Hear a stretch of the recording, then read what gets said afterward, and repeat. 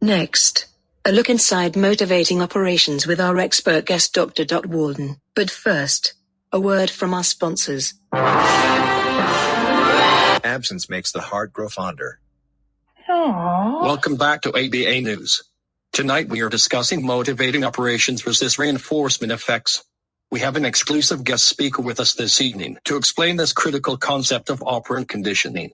Dr. Walden, welcome. Thank you, Tom. Let us first define motivating operations. Motivating operation is an environmental variable that alters the effectiveness of some stimulus, object, or event as a reinforcer. Motivating operations can be either value-altering effect or behavior-altering effect. We are going to take a close look at both. Let's first look at the value-altering effect.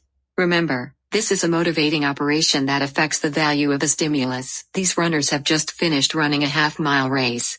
This is a value-altering effect because it increases the value of water after the race is complete. The value of water as a reinforcer has increased. Here we step inside the kitchen of Tommy and his mom Tammy. The observation we can make is that Tommy can eat candy whenever he wants. Here we are the next day at school where Mrs. Kramer is at her wit end with Tommy. The reinforcer of candy that had been working, no longer is. Mrs. Kramer needs help. Tommy receiving candy any time he wants at home has decreased its value of the reinforcer at school.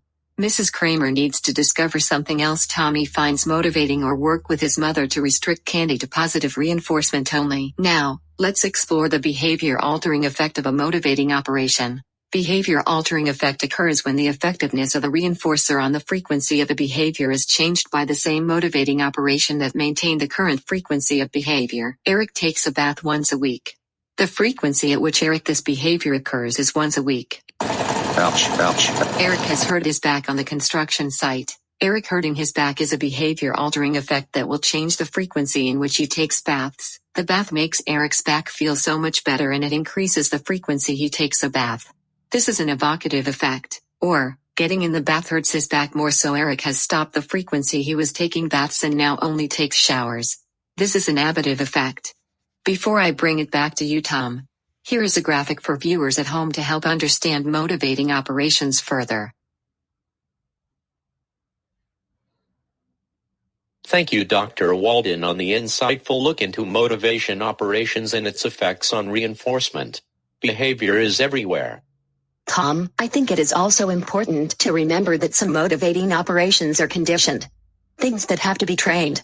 Others are unconditioned. I did not have to be trained to want food to satisfy my hunger. Yes, Susan, that is a great point. Folks, it's time for us to sign off here at ABA News. We would like to thank Dr. Walden again for sharing her knowledge of motivating operations.